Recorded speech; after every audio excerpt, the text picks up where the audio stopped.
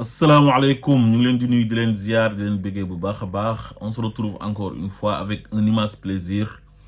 continuer leen di abonné ci chaîne bi bës cloche de notification bi waaye bu leen fàtte di ko like bu baax a baax di partager waaye tamit di commenter dina ci am solo lool. Comme on a l'habitude de le faire di wax sur ce qui concerne l'actualité politique sénégalaise ak leneen lu dul politique lu soxal sénégalais ñu war ci joxe suñu xalaat. Pape Dora Gaye ñu ko doon woowee PDG maanaam tur ba lañ jël abrégé ko Pape Dora Gaye ñu koy wax PDG ngeen ko daan dégg woykat yi di ko bàkk géwél yi di ko tagg di ko woy naan borom baax la naan dafay def social am ñu koy oowee sax homme d'affaires donte man xaw ma lan lay liggéey xaw ma luy métier am xamoon naa ne daal ku jege Macky Sall la moom waa section de recherche bu gendarmerie ñoom ñoo ko jàpp ñu ngi ko fekk hôtel bu ñuy tuddee teeru bi gannaaw bu mu jógee France samedi bi passé li tax ñu jàpp ko nag dafa am benn plainte bu yàgg boo xam ne ku ñuy wax Zakirullah Sow moom moo ko porté plainte woon ndax daf ko ameloon xaalis lu tolloog 1,2 milliard léegi nag lu waral loolu mooy daf ko jaay ay boo mën nañ ko tuddee bàyyi ci ancien aéroport Léopold Sédar Senghor bu Dakar biñ ko toxalee jas terrain yooyu noonu lañ doon jël di ko dagg di ko jaay di ko séddoo seen biir kon xam ngeen ne li xewoon ci temps yu Macky Sall c'est catastrophique c'est gravissime moo tax nit koo gis mu ànd ak Macky Sall faral ko rek xamal ne dafa am intérêt ci Macky Sall waaye képp ku bëgg Sénégal te Sénégal intéressé la intérêt Sénégal intéressé la wallahi doo bëgg Macky Sall parce que ni mu yàqee réew mi ak ni mu promouvoir ce qu'on appelle la médiocrité dafa jéggi dayo léegi moom daf doon jaay suuf léegi Macky Sall lan mooy ndeyu muy jël suñu aéroport suuf si di ko jaay quoi di ko jaay di dagg suuf si di ko jaay di dagg suuf si di maye tey jii ñoom ministre mi bëri ancien ministre mi ñu ci bëri ak waa mafia bi ñu bokk ci mafia bi quoi système bi ñu ci bëri daggal nañ leen foofu ay terrain yeneen gis dàmbooj ak Clédor Sène keroog bi ñu fa demee gars yi ni ñuy cëqatee aéroport bi tabax ko ba pare tabax yi dafa gaaw da lay wóor ne kon ay milliardaires ñoo xam ne ay sàcc lañ ñoom lañ jël suuf si jox leen ko ñu koy tabax bu gaaw mais xam nga lii c'est de la haute trahison Macky Sall ce qu'il a fait te lii benn la ci ñaawteef yi nga xam ne Macky Sall mu ngi ko doon def kan mooy Dora Gaye kan qu'est-ce qu'il représente dans ce pays ba war a jege président de la République mu koy jox suuf mu koy jaay bi mu ko jaayee nag suuf bi am problème mu war a rembourser waa ji xaalisam waa ji ñëw mu bindal ko chèque sans provision maanaam chèque boo xam ne boo demee ca compte ba pour ñu fay la dañ naan la compte bi amul xaalis léegi nag waa ji porté ko plainte mais bi mu ko porté plainte yàgg na temps yi Macky Sall la mu gis nga Macky Sall bi mu fi nekkee bandi yu mu doon liggéeyal yu mu doon àndal di def ay ñaawteef moog bandi yu mu tegoon ci parquet ba muy procureur yi ak doyen des juges ak juge d'instruction yi nekkoon foofu ñoom ñëpp benn connexion la woon ay gendarme ak ay policier maanaam yow yaa ngi ànd ak Macky Sall yow defal bépp ñaawteef bu yoon di bañ kenn du la teg loxo kenn du la def dara bu ñu la tegee loxo rek xamal na flagrant délit la comme Seydina Fall Bougazelli te après dañ lay bàyyi lu mu garaaw nag moo xam rey nit moo xam trafic faux billets loo manti def moo xam escroquerie viol sax boo ko defee dañu lay génnee Sitor Ndour violé na fi benn xale bu jigéen ak certificat médical bu leer nañ te terewul génnee nañ ko kon Macky Sall impunité bi mu doon jiitee réew mi maanaam dafa jéggi dayo moo tax ñun Sénégal yàlla daf ñoo bëgg billahi wallahi tallahi moo tax Ousmane Sonko su ma gisee ay nit toog ci plateau di ko saaga mooy ñi nga xam ne bëgguñ Sénégal seen poste rek lañu bëgg ak seen bopp mais Ousmane Sonko ku mérité respect la parce que gis nga Macky Sall mi mu affronté nii doon xeex ak moom mu jaral ko bakkanam lu nekk mu daj ci ak ñi mu àndal ñëpp doon xeex Macky Sall dugg ci kaso daj ci lu nekk façon injustice bu nekk ñu daj ko ñooñu il mérite du respect xeex ba jëlee fi Macky Sall toog fas yéene dafa réew mi jël benn waay nii rek buñ naan Doro Gueye mu ne homme d'affaires la nga koy jox suuf sénégalais yi suuf soo xam ne lébu yi sax normalement ñoom ñoo ko moom man sama maam Mbeng la sant cosaanam Yoof la ay maamam ñoo doon bàyyi foofu noonu ci aéroport bi lébu yi laaj nañ seen suuf ba sonn ñu bañ leen ko jox parce que seen maam yi ñoo doon bàyyi foofu noonu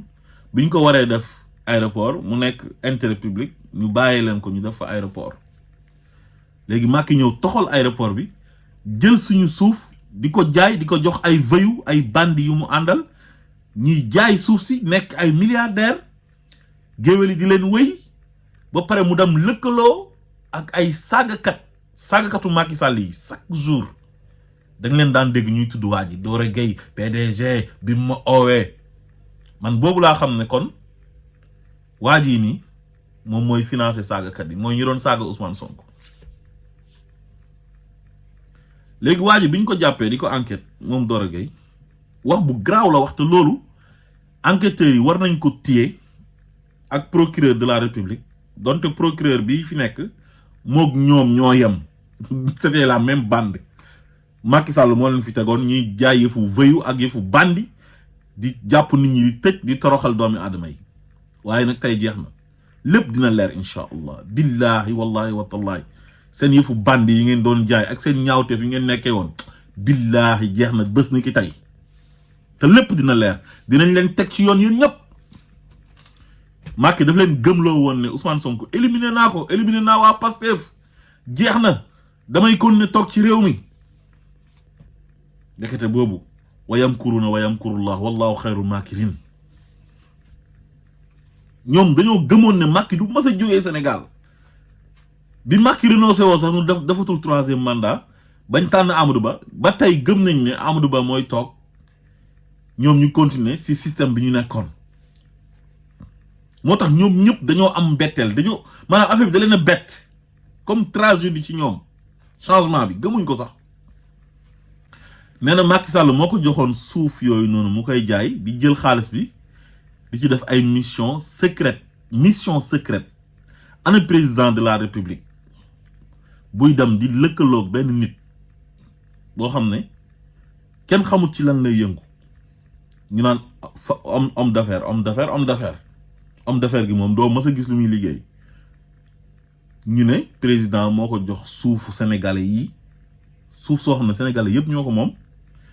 mu koy jaay moom di jël xaalis bi mel ni ñoom ñoo moom Sénégal ne da ci financer ay mission secrète yooyu man dama koy interpréter man à ma manière mooy ne ñi doon saaga Ousmane Sonko moo leen doon fay parce que ñi dàq saaga ñu gënoon a xamadi ci saagakat yi les meilleurs insulteurs laa la wax de ñooñu ñoo ko daan tagg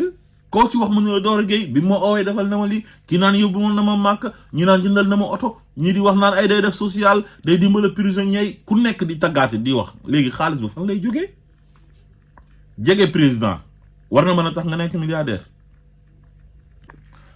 am na benn coow tamit bu ngeen fi déggoon ci mbiru benn clé USB bu Sidi Ahmed Mbaye waxoon ne daf koy jaay parce que dafa am ay vidéo indécente yu Ousmane Sonko yu ci nekk ak Adji Sarr loolu la waxoon ñu jël benn boy boo xam ne jomb naa tudd turam ce vaurien là ñu ne Kolda la nekkoon di fa ñaw xoma ñëw ne day jàppale Adji Sarr quoi du ma tudd turam sax di ko may promotion parce que c'est un vaurien tekkiwul dara kooku dégg naa moom la Doro Gueye joxoon 10 millions pour mu dem jënd clé bi ci Sidi Ahmed Mbaye dóor leen coow loolu ñëpp yëgoon nañ ko mooy clé USB bu ñu jëndee 10 millions te nee nañ Doro Gueye moo joxoon booy boobu noonu xaalis bi pour mu dem jënd ko ci Sidi Ahmed Mbaye pour ñu toroxal Ousmane Sonko ndekete clé ba dara nekku ci woon c'était une clé vide booy bi dafa leen a nax encaissé leen lekk 10 millions yam te mujjul fenn fan lañ koy yóbbu mënuñ ko yóbbu ci yoon booy boobu noonu jógee woon Kolda dégg naa mu nekkoon ci plateau yi jamono jooju di xataraayu naan waaw dama koy porter plainte damay xomalan man je ne le supporte pas mënuma ko sax xool te bi ñu ko jàppee na ko fayal xaalis bi moom nee na mën naa génnee 500 millions ci tàng-tàng bi ku mën a génnee 500 millions kon kooku yoo xanaa milliards nga yoree dans les normes ku mën a génnee 500 millions ay milliards nga yore waaye léegi mission secrète yooyu na enquêteurs yi enquête ñu xóotal ko xam mission secrète yooyu lan la ak Macky Sall ban pouvoir la amoon bay jël suñu suuf ñun waa Sénégal rawatina ak ñun lébu yi parce que man bu leen fàtte ne 50% Saloum la ak 50% lébu man ñaari dëkk laa am ci Sénégal région de Cap-Vert ak région Sine Saloum kon man vrai sénégalais la waa léegi ñun lébu yi ñun nga xam ne ñoo moom suuf soosu mu bañ ñu ko jox dañuy jaay doole léegi ban yabaate la Macky Sall am ak ban pouvoir ba jël un vaurien comme Doro Gueye di ko jox suuf si ne ko jaay ko nga financer ci ay mission secrète lan mooy mission secrète c'est pas dans le cadre de l'État c'est entre Macky Sall ak Doro Gueye kon ñi ay bandi lañ ay voyous lañ xanaa kon nervi yi ñu doon wax ne ñoo doon rey nit ñi xanaa ci mission secrète boobu noonu lañ leen doon financer si lañ leen doon recruter am na ay nervi yu ñu doon recruter ñuy rey nit ñi am na ay saagakat yi ñu doon jël ñuy saaga Ousmane Sonko suba ngoon guddeeg bëccëg di fen di sos am na ay journalistes yu ñu doon fay ñuy xas Ousmane Sonko ak ay chroniqueur xanaa kon ci mission secrète boobu la woon ñun dañuy laajte rek kon nag enquêteur nañu enquête mu leer ñu xam qu'est-ce qu'il en est lan la moom nee na Macky Sall moo ko jox suufu sénégalais yi rawatina ak sama mbokk lébu yi pour moom mu koy jaay moom di ci financer ay mission secrète c'est gravissime loolu c'est grave loolu dafa war a leer nañ ko leeral mu ngi en garde à vue ñun yéenewuñ kenn ay kasoog ay prison yeeg ñun on s'en fout mais nag nous sommes dans un état de droit te Macky Sall daf ñoo toroxal pendant 12 ans ngemb ay procureur ngemb ay gendarme ngemb ay policier ngemb ay journaliste ngemb ay saagakat ñuy dal ci kaw sénégalais yi di leen toroxal di jàpp ay jeunes sénégalais di tëj ci kaso bi des milliers de jeunes sénégalais di leen toroxal tas seen famille tas seen njaboot am na ñoo xam ne bi ñu génnee dañoo feebar rey ay nit des jeunes sénégalais Macky Sall rey leen ndax Ousmane Sonko dàq ay nit ci administration bi toroxal leen dem lëkkaloog ay voyous des vauriens comme moom ñu jël suufu sénégalais yi di ko jaay ne dañ ciy financer ay mission secrète yooyu benn interprétation rek laa ci am man mooy ñi doon saaga moo leen doon fay parce que ñooñu à chaque fois dañ doon def ay live di ko tudd di ko tagg kon nag mbir mi war nañ ko leeral te nag bu fi kenn génn di ci tudd Ousmane Sonko yoonam nekku ci plainte bi yàgg na mais temps yi Macky Sall képp ku ànd ak moom boo ko plaintee du mujj fenn moo tax ñi nga xam ne dañoo plainte woon temps yi Macky Sall bu eboo ñu dem defaat seen plainte yi ñu diligenté ko parce que am na moment boo xam ne bu fi Macky Sall nekkee képp ku ànd ak Macky Sall lum la manti def boo ko plaintee du mujj fenn la dul mujj loolu moo tax nag plainte bii nii ñu mën ko diligenté heure bi parce que Macky Sall n'est plus là il n'est plus au Sénégal kon te Doro France la nekk kon yàgg na fa bi mu wëññeekoo gars yi jàpp ko kon xam nga kon gars yi ñu ngi ko doon topp gars yi amuñu woon indépendance ñoom mooy waa section de recherche parce que ki leen jiite woon di Moussa Fall voyou la bandi la moog Macky Sall ñoo yem Macky da ko tegoon foofu muy def yëfu bandi ak yëfu voyou moom la Bah Diakhaté doon remercier bi ñu rayee Didier Badji ak Fulbert Sambou te dossier boobu tamit war na leer parce que Bah Diakhaté moo ko doon remercier naan Fulbert Sambou ak Didier Badji dañ leen a rey maa ngi remercier général Moussa Fall waaw bépp gendarme wala bépp policier boo xam ne traître nga dinañ la def comme ni ñu def noonu ñooñu